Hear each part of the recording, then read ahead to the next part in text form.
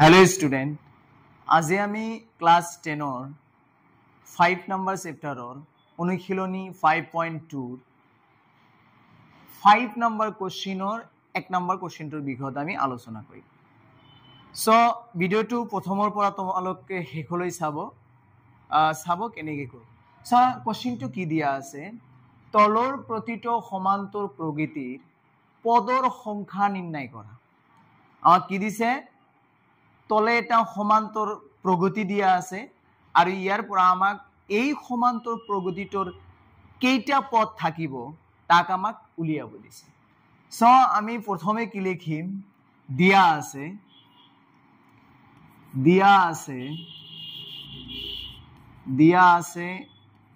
এপিটোৰ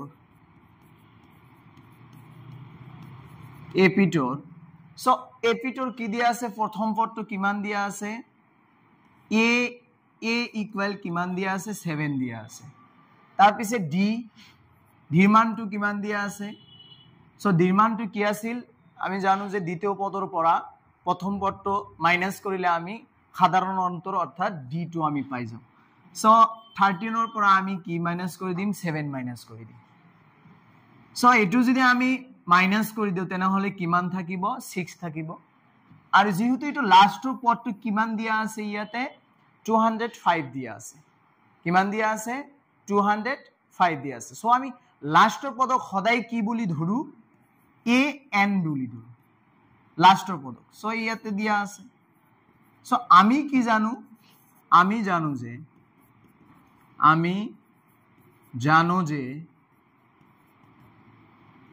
যে a n ৰ ফৰ্মুলাটো কি আছিল, a plus n minus 1 into d। So ইয়াতে আমাক যি মান দিয়া আছে তাক আমি যা ঠাইত বহাই দিলে হৈ যাব। ইয়াতে a n ৰ মানটো কিমান দিয়া আছে, 205 দিয়া আছে, ইকুয়াল a ৰ মানটো কিমান দিয়া আছে, 7 দিয়া আছে, প্লাস n ৰ মানটো আমাক দিয়া নাই আৰু এটো বাহিৰ কৰিব লাগে। সো n টো আমি বহাই দিলো, 1 ইয়াতে থাকি গল, ডিৰ মানটো কিমান আছে, 6 আছে। তাৰ পিছে আমি কি কৰিম, ইয়াতে 7 দিয়া আছে, সো আমি 7 টো ইফালে লৈ আহিম, 205 আছে ইয়াতে, 7 টো ইফালে আহিলে কিমান আহি প্লাসৰ আছে, ইয়াত ইফালে আহিলে কিমান হ'ব, মাইনাসৰ হ'ব। সো n - 1 ইনটু কিমান থাকি যাব, ইয়াতে 6 থাকি যাব। যদি আমি 205 ৰ পৰা 7 যদি মাইনাস কৰি দিও তেনেহলে কিমান থাকে, তেনেহলে কিমান থাকিব,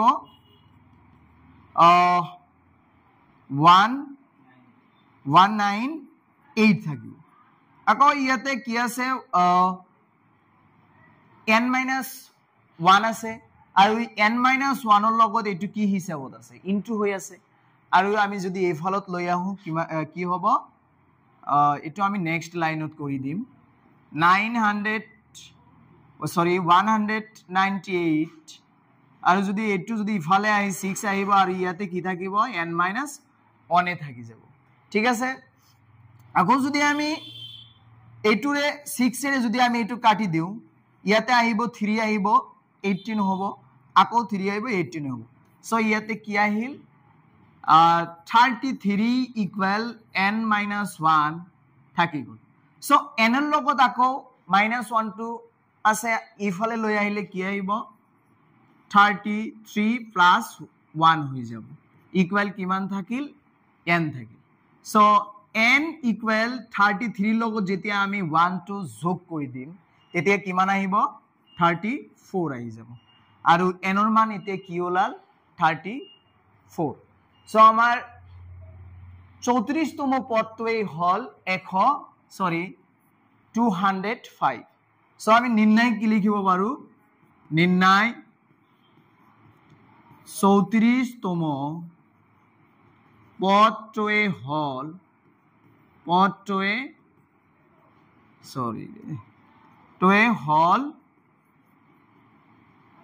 ইকুয়াল 205।